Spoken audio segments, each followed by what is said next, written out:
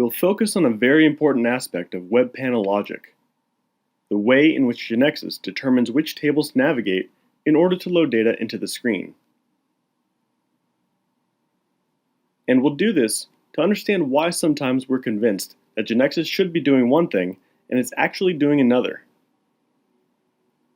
Usually this happens because we did not pay attention to a certain part of the panel that causes the unwanted behavior. We'll divide our object of study into web panels with no grid, with one grid, and with several grids. Web panels with no grids.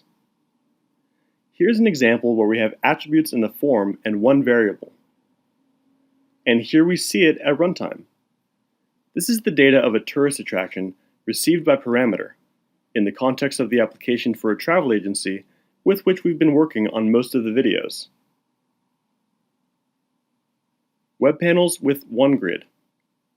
This is an example in which the grid has attributes and the fixed part of the web panel has only variables, used mostly to filter the data, as we see here at runtime.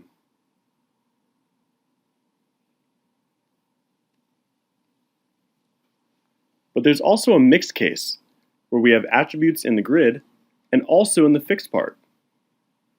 In this case, we're looking at the name of the country whose identifier is received in a parameter with all its tourist attractions. We can also filter by attraction name. Web panels with several grids.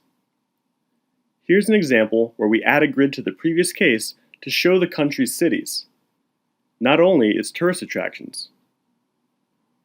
But we do it in a parallel grid, so the information from each grid will not be related to one another, as we can clearly see at runtime.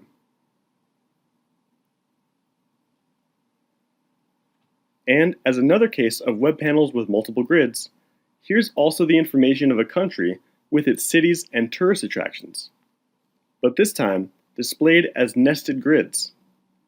Therefore, the information will be related, as we'll see at runtime, and for each city in the country, its own tourist attractions are shown.